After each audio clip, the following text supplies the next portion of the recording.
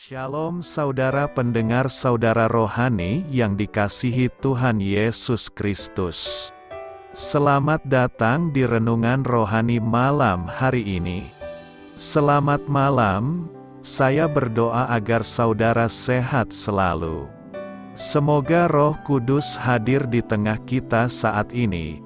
Sebelum kita mulai renungan malam ini, marilah kita bersama-sama berdoa. Bapa kami yang di surga, Bapa di dalam nama Tuhan Yesus Kristus, kami sungguh mengucap syukur, ya Tuhan, oleh karena Engkau sangat baik buat kami. Engkau ada bersama kami dan menopang hidup kami di siang hari dan di malam hari. Engkau ada bersama-sama dan menyertai kami. Tuhan, kami memuji dan bersyukur kepadamu pada malam hari ini, kami masih bisa berkumpul di rumah kami yang kecil ini. Tuhan, saat ini kami hendak mendengarkan firman-Mu. Berilah pengetahuan dan bimbinglah hamba-Mu ini agar apa yang Engkau firmankan dapat bekerja sesuai kehendak-Mu. Buat kami jemaat-Mu, bukalah hati dan pikiran kami untuk mendengar dan menerima firman-Mu.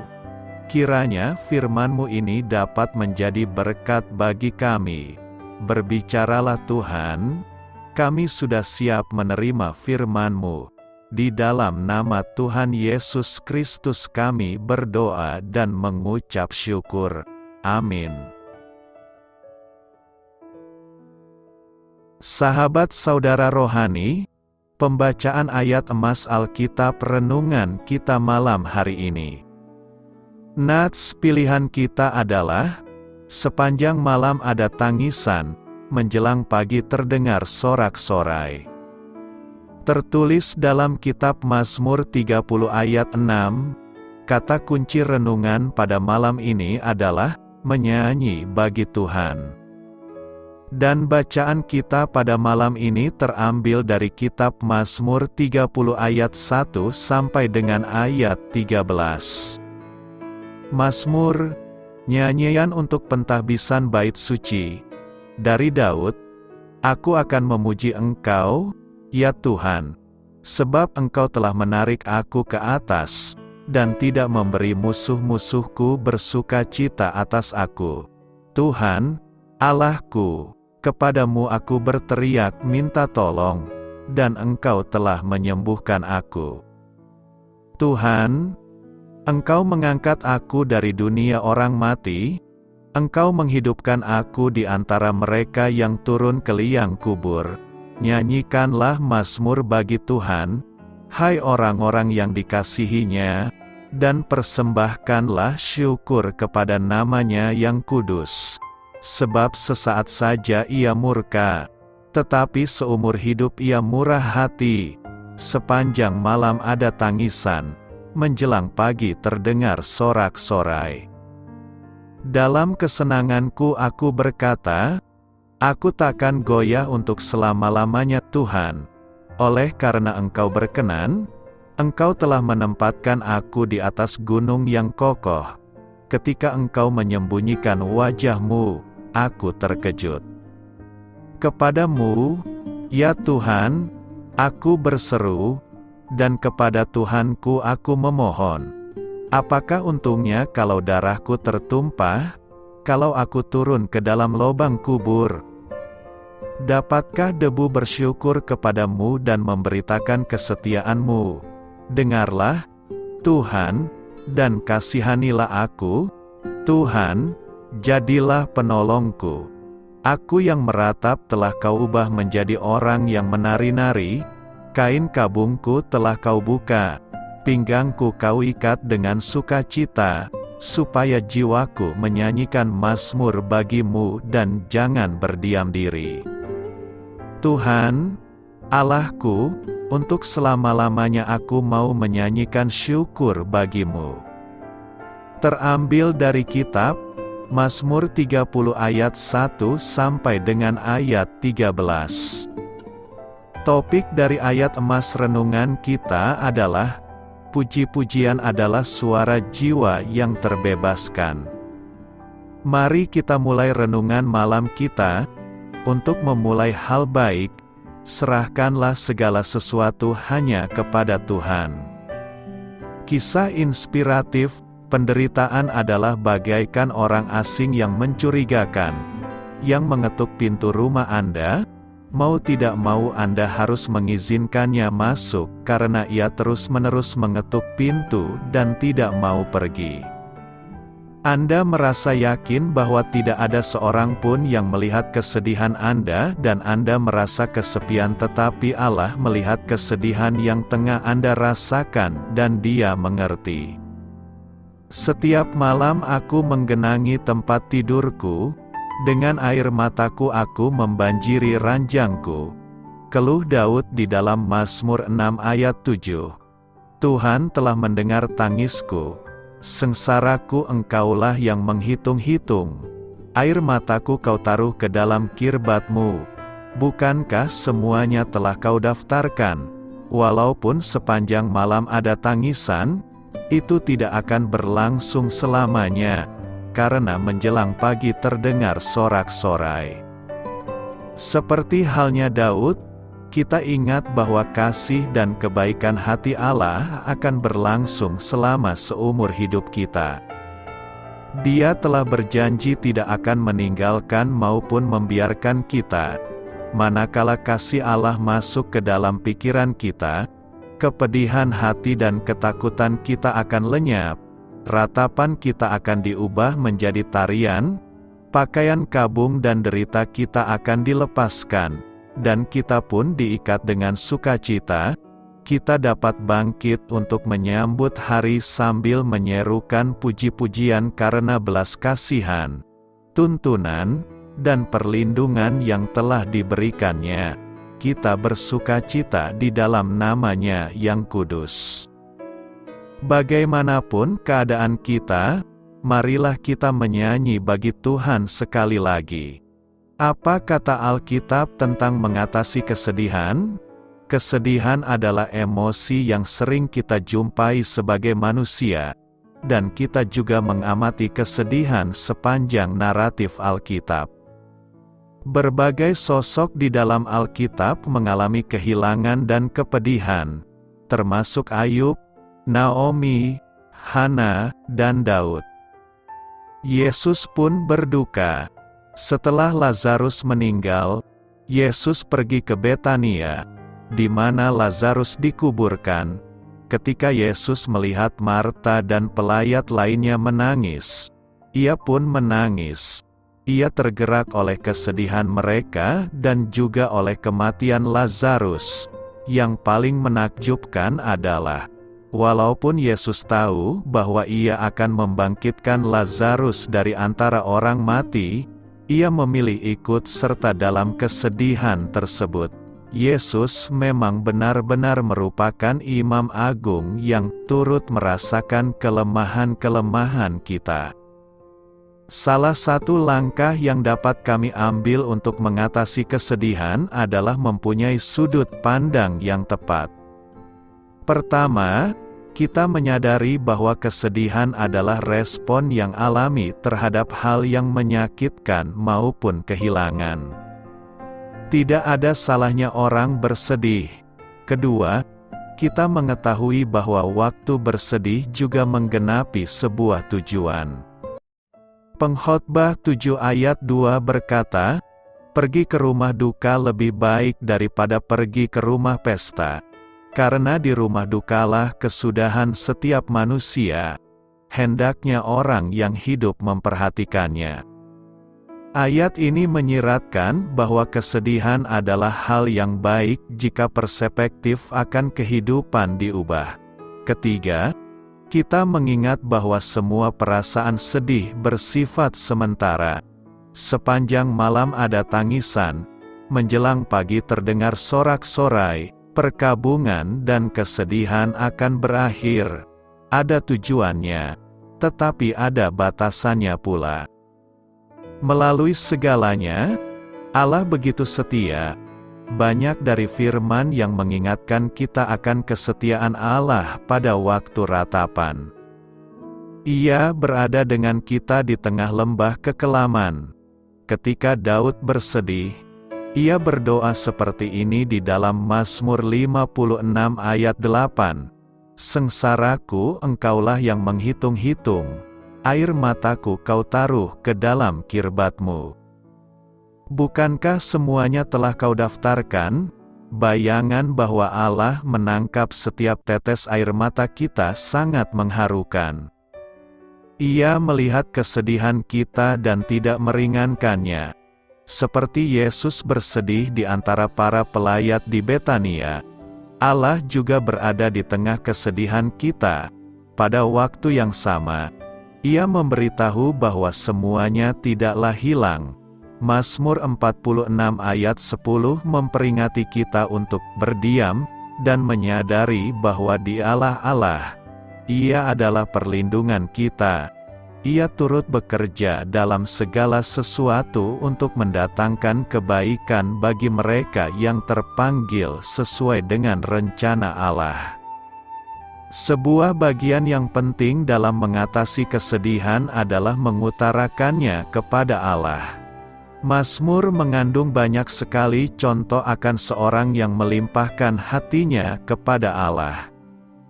Menarik untuk diamati bahwa sang pemazmur tidak pernah berakhir dengan cara sama ia memulainya. Ia mungkin memulai suatu mazmur dengan ekspresi kesedihan, tetapi ia mengakhirinya dengan puji syukur. Allah memahami kita ketika kita berdua dengannya.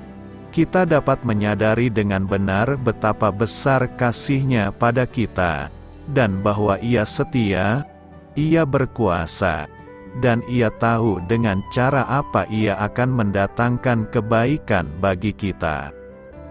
Sebuah langkah lain dalam mengatasi kesedihan adalah membagikannya dengan orang lain. Tubuh Kristus memang dirancang untuk meringankan beban para jemaat, dan sesama orang percaya mempunyai kemampuan untuk menangis dengan orang yang menangis.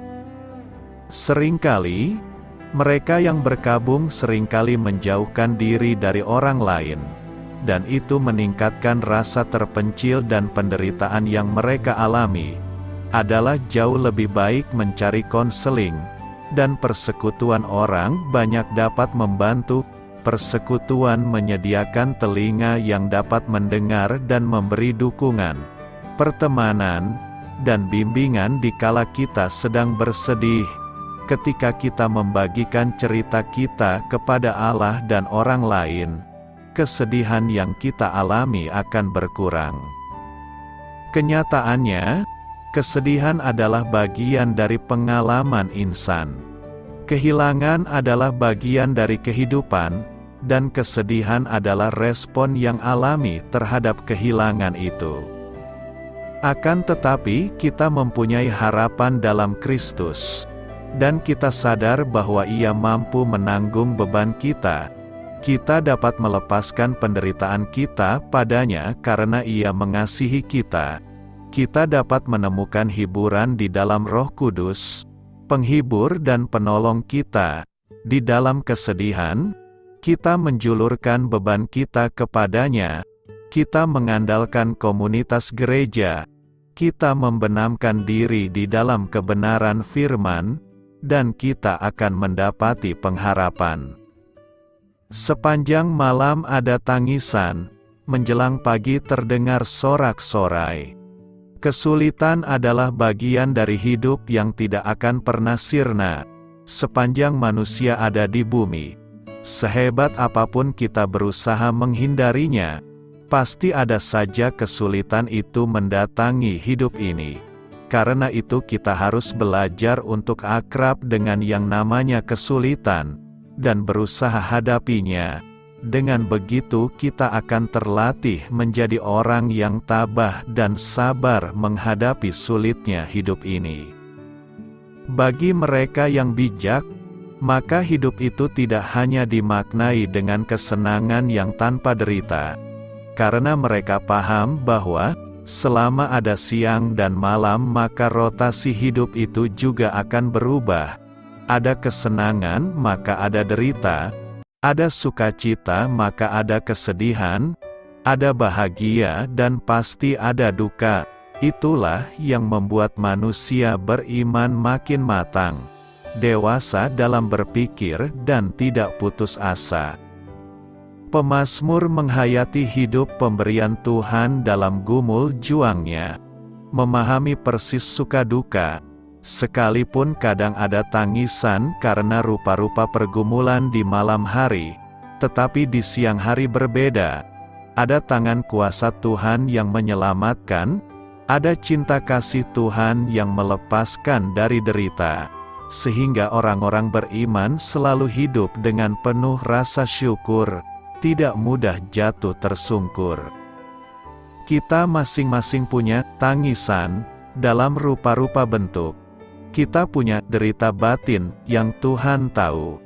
Ada sesak jiwa yang kadang pahit dikenang, bahkan kadang disembunyikan dan dibungkus senyum. Tetapi bagi mereka yang percaya, itu semua tidak akan melemahkan motivasi dan semangat juangnya. Karena mereka punya Tuhan yang mengasihi dan peduli. Tangisan boleh ada tetapi sorak-sorai tetap. Itulah yang membuat orang-orang percaya tetap menjadi kesayangan Tuhan. Karena jadi pribadi matang. Tidak banyak bersungut bila derita datang. Tidak bersukaria berlebihan sampai lupa diri. Tahu batasnya. Karena mereka punya pengalaman iman bersama Tuhan, untuk bersukacita dengan yang bersukacita, dan menangis dengan yang menangis. Karena tidak ada tangisan tanpa sorak-sorai, itulah kasih Tuhan. Nyanyikanlah mazmur bagi Tuhan, Mazmur 30 ayat 5 berkata demikian. Nyanyikanlah mazmur bagi Tuhan, hai orang-orang yang dikasihinya, dan persembahkanlah syukur kepada namanya yang kudus. Ajakan menyanyikan mazmur bagi Tuhan tidak sekedar menyanyi dengan nada dan ekspresi seperti tepuk tangan, tangis, tawa dan suara yang keras. Tapi orang yang bernyanyi memuji Tuhan berarti dia adalah orang yang percaya kepada Tuhan Allah. Dia percaya bahwa Tuhan adalah Allah yang besar, peduli, penolong, yang memberikan karunia seperti bangsa Israel yang diberikan tanah pusaka oleh Tuhan Allah, dan Dialah yang Maha Kuasa di atas segalanya. Nyanyian dalam ibadah menolong setiap orang untuk semakin mengenal Tuhan yang disembahnya, jalan-jalannya, kebesarannya, kuasanya, pertolongannya, dan kebesarannya yang menuntun hidupnya dalam kehidupan sehari-hari. Orang yang bernyanyi berarti dia melihat setiap perbuatan Tuhan dan itu melahirkan rasa syukur atas semua karya Tuhan. Oleh karena itu, nyanyian Korah membuat kita terus bertumbuh spiritualitas kita dengan pengajaran-pengajaran di dalam nyanyian tersebut. Nyanyian itu sebuah iman kepercayaan bahwa Tuhan itu adalah Allah. Nyanyian itu menolong kita semakin mengenal Tuhan, bertumbuh, dan berbuah lewat kesaksian yang kita serukan membuat kita semakin mantap untuk menyanyian-nyanyian yang baru bagi Tuhan. Setiap hari nyanyian itu kita nyanyikan lewat perbuatan di kehidupan sehari-hari. Bagaimana kita melihat Tuhan yang hadir di setiap kehidupan kita baik di dalam suka dan duka. Seiramalah doa dan nyanyian kita dengan perilaku dan perbuatan kita. Percayalah bahwa Tuhan senantiasa terus berkarya dan menyatakan kasih-Nya kepada kita setiap hari. Karena itu, kita diajak agar memuji Tuhan dan bernyanyi lewat kesaksian, kepercayaan, dan perilaku kita yang memuji Tuhan Allah. Selamat beristirahat malam dalam kasih setia Tuhan. Doa saya menyertai saudara sekalian, mari bertumbuh dalam iman bersama saudara rohani. Saya memberkati Anda agar sewaktu Anda mencarinya dari Dia, Bapa Surgawi Anda akan memberikan bagi Anda roti harian Anda. Dalam nama Yesus Kristus, Tuhan yang berkuasa atas alam semesta dan menuntun kita kepada iman yang menyelamatkan, Tuhan Yesus menyertai senantiasa. Terima kasih sudah berkenan mendengarkan renungan malam saudara rohani. Tuhan memberkati. Amin.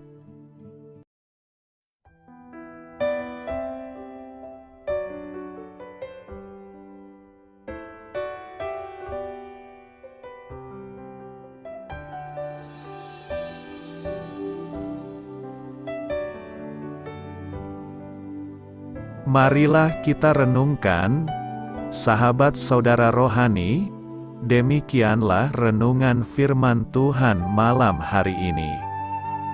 Semoga menjadi berkat di dalam hidup kita dan menjadikan kita pribadi yang lebih baik.